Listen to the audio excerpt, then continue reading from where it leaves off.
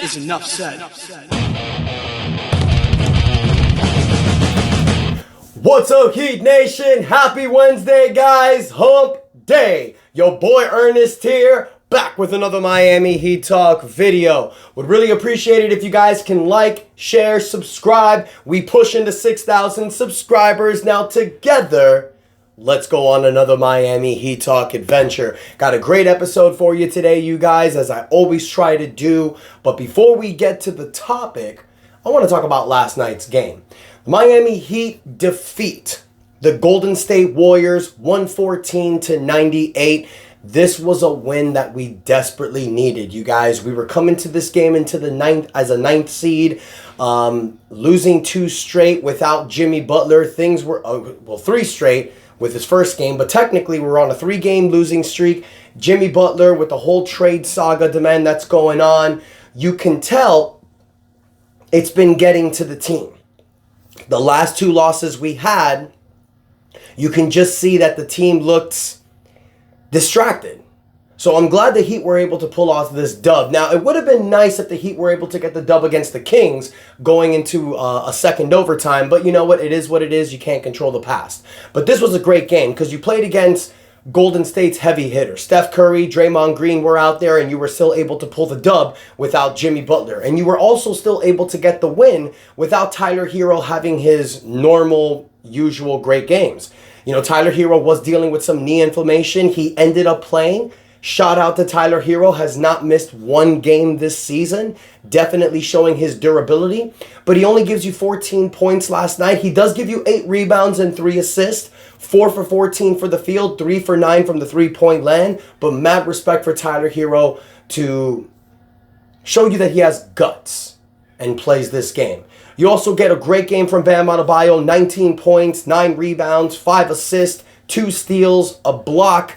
Jaime Jaquez has another incredible showing as the starting small forward. 18 points, 5 rebounds in 29 minutes, 7 for 12 for the field. It's like I've said before, you guys, I am very confident in Jaime Jaquez starting as the small forward, taking the place of Jimmy Butler. We said it last season. We saw the emergence of Jaime Jaquez last year. I know that given the opportunity and given the minutes, Jaime Jaquez can fill in for that Jimmy Butler role. I'm very confident with that. You get 9 points from Terry Rozier in 32 minutes, and this is something I want to talk about, you guys. 4 for 12 for the field, 9 points, 5 assists, 5 rebounds. I'm not saying that Terry Rozier is a horrible player, but you put him in the starting lineup with Jimmy Butler out. That's what Spo did. This is to create more offense for the starting lineup. The reason why you had Terry Rozier come off the bench is because there's one basketball, and when you had Terry, Tyler, Jimmy, and Bam starting, didn't seem to work. Now that Jimmy's suspended, I see what Spo's doing. He's putting Terry Rozier in the starting lineup for offensive presence. It ain't working, though. He might need a little more time, but you're not seeing that same Charlotte Hornets Terry Rozier. You're seeing a Terry Rozier who just isn't really that great. Now, he has shown flashes of being an amazing player. He has shown flashes of being that guy, and I do hope that he's able to step up. But Terry Rozier's name is going to come up in trade talks if this continues to happen. And I'll be honest, you guys, player of the game has got to go again to the boy Nikola Jovic. Coming off the bench for 34 minutes, giving you 20 points, 6 rebounds, 4 assists, a plus 25 out there. Incredible showing. You also get 12 points from Duncan Robinson, 8 assists, 4 for 5 from the 3-point land. I still think Duncan Robinson should be starting with Terry Rozier in the with Tyler Hero in the backcourt and allow Terry Rozier to be the 6th man, but I ain't the coach. You get 18 minutes from Kel'el Ware, 6 points, 4 rebounds, a block shot. Kel'el Ware has taken over Kevin Love's minutes, and I love it. I think, you're seeing the youth movement.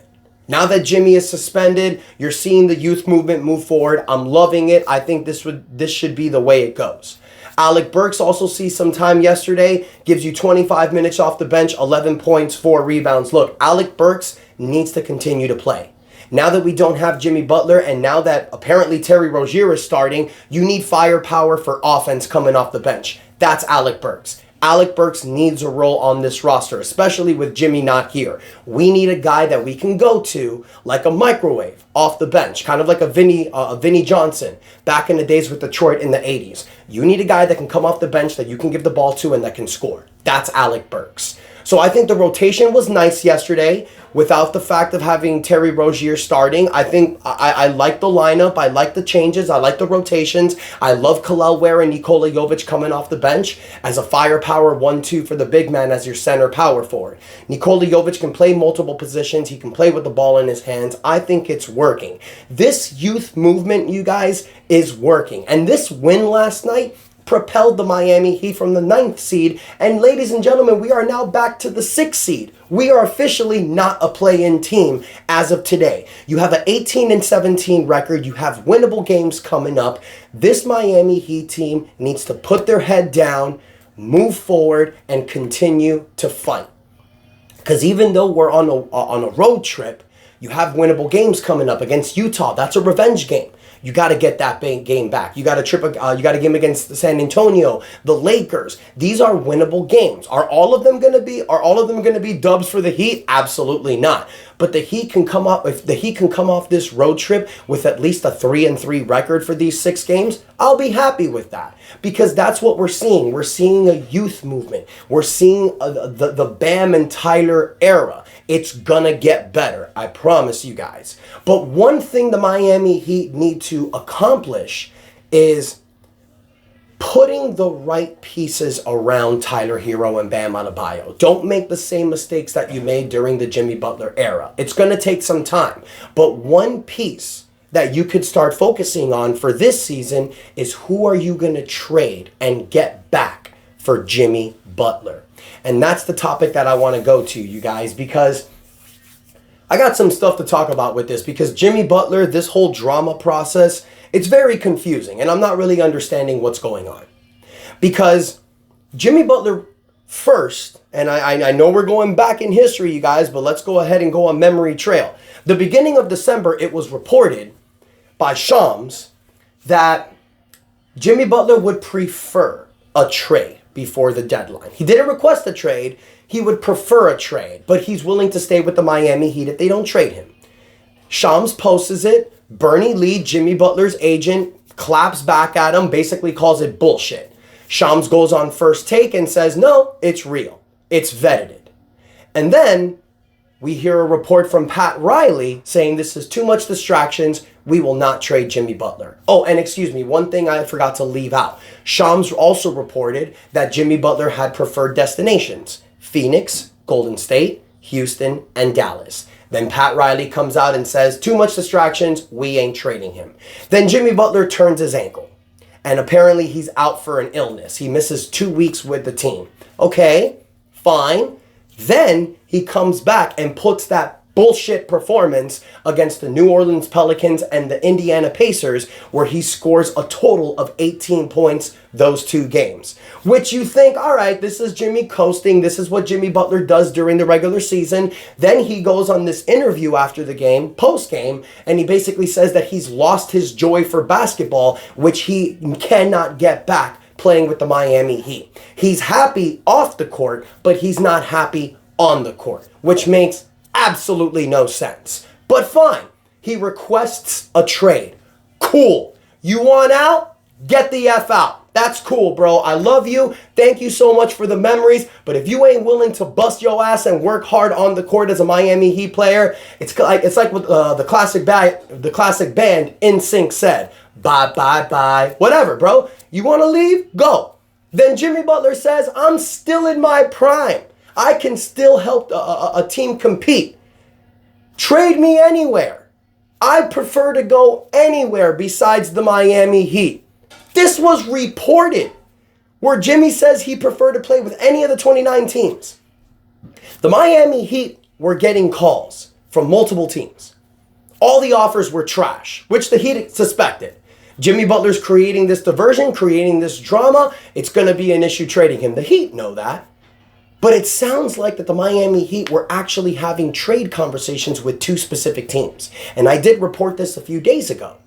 The Memphis Grizzlies and the Milwaukee Bucks. Now, the Milwaukee Bucks made no sense to me They're a second apron team. They're very hampered when it comes to trades. The only trade they can do for Jimmy Butler is either Giannis Antetokounmpo or Dame Lillard. The Dame Lillard trade did make sense because what that would do for Milwaukee is it would free up their cap space after next season. But Milwaukee's the 5th seed. I didn't understand why they would make that trade when they're trying to fight for a playoff push. You trade Dame for Jimmy, does that really make you better? It frees up your cap space, does help Milwaukee build the team for the future, but it just didn't really make sense on paper. Now, Memphis was the perfect destination because there's 2 different packages you can do with Memphis. You can do a trade surrounding Desmond Bane, which I'm all for.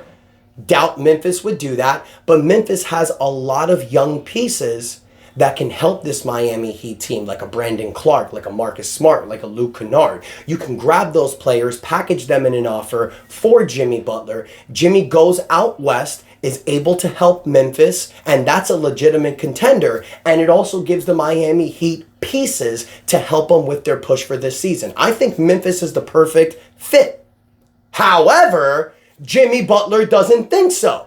Because it was reported yesterday from Chris Haynes that Jimmy Butler's camp contacted the Milwaukee Bucks and the Memphis Grizzlies and specifically told them not to trade for Jimmy Butler.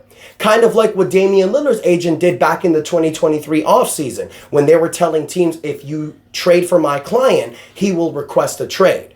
Jimmy Butler's camp told Milwaukee and Memphis, if you trade for Jimmy Butler, he will not re-sign with you. He will leave after this season. So why the hell would those teams want to make a trade for Jimmy? Doesn't make sense for them. I thought Jimmy wanted to go anywhere. I thought Jimmy can take any team as a contender. Memphis and Milwaukee are both contenders. It's all bullshit, you guys. This is all about money. Jimmy's on his feelings. I feel that what Shams originally said was right. And I'm going to believe Shams because Shams, all of Shams' reporting with this Jimmy Butler saga has been true. So I'm going to go with Shams. So it feels like to me, and I think what's happening here is Jimmy Butler is forcing the Miami Heat to send him to the Phoenix Suns. The reason why is because there were 4 teams that were originally preferred by Jimmy Butler. And I mentioned it earlier. Phoenix, Golden State, Houston, and Dallas. The problem is Golden State, Houston, and Dallas are going to have to give up multiple players plus draft picks to get Jimmy Butler. They would have to compete with each other. Golden State doesn't want to do that. They want to trade for a big man. Houston's out of the running, and I don't really think Dallas was ever really in the running. So I don't think any of those teams are going to make a trade for Jimmy Butler, unless the Heat are willing to give up Jimmy for pennies on the dollar. Phoenix would be the perfect trade destination for Jimmy. Phoenix would be literally willing to make that trade today. All the Miami Heat would need to do is take on Bradley Beal, which I've mentioned before. That is batshit crazy. Bradley Beal is making over $50 million for this year, next year, and the final year in 2027. So if you trade Jimmy for Bradley Beal, you are stuck with Bradley Beal for the next 3 years. And the reason why we would be stuck with Bradley Beal is because he has a no trade clause. He needs to approve the destination he's going to. And the only way the Miami Heat are willing to do a trade with Bradley Beal is if he waives his no trade clause. Now, there was a report yesterday by ESPN, and I want to read this quote by ESPN. The Phoenix Suns guard Bradley Beal and his agent have no talks about waiving his no trade clause, and his only focus is helping the Suns climb out of the recent slump. His agent, Mark Birkenstein, told ESPN, the Suns have been linked to Jimmy Butler after the Miami Heat suspended him and announced they would seek trade options last week. That led to speculations and reports that Beal could be involved. End quote. Would the Phoenix Suns love to trade for Jimmy Butler? Absolutely. But it doesn't look like it's going to work unless Phoenix is able to get a 3rd or 4th team involved. So it seems like what's happening, you guys, this is a game of chicken. Either the Miami Heat send Jimmy Butler where he wants to go, or we're going to be stuck with Jimmy Butler for the remainder of the season. And I honestly feel, you guys, that Pat Riley and the Miami Heat front office might not have a problem with that. Because if they don't trade Jimmy Butler by the deadline and they tell Jimmy, you got to report back, and Jimmy Butler doesn't, makes Jimmy look bad. Does a team really give Jimmy Butler a maximum contract extension after this season if he creates this drama and continues this drama? Maybe, maybe not. And let's not forget, you guys, there are no teams besides the Brooklyn Nets that can offer Jimmy Butler the money that he's looking for this offseason. Brooklyn is the only team that has a maximum level contract to offer. And they're on a youth movement right now. It makes no sense for them to give Jimmy that money. So the only way Jimmy Butler can really get the money that he's looking for, if he opts out of his player option, is a sign-and trade. So he has to work with the Miami Heat. So honestly, you guys, what I think is going to happen, this 7-game suspension was for the Miami Heat to try to find an offer. If they cannot find an offer that works for them, Jimmy Butler's going to have to get his ass back to the Heat. And I know that Pat Riley, Spo, they're able to take drama and problems, put it here, and focus on winning. So this is going to be all on Jimmy Butler. If you really want to be traded, go where Miami sends you. If not, shut the hell up and play basketball. So I want to hear from you, Heat Nation. Do you think that Jimmy Butler will actually be traded by the February 6th deadline? And if so, where do you think he's going to go? Or maybe do you think that this is all just noise and Jimmy Butler will eventually report back to the Miami Heat? I don't know, man. I got to tell you, I'm torn with it. I mean, if we can't get anything better that can help us out now, I know Jimmy Butler's a competitor. I know that he'll just flip it and he'll come back and play. And can you imagine if they actually make a run? That'd be really interesting. Let me know what you guys think in the comments. Don't forget to like, share, subscribe. We're pushing to 6,000 subscribers. Thank y'all so much for the continued support. Until next time, your boy Ernest out. And that's enough said. Let's go Heat.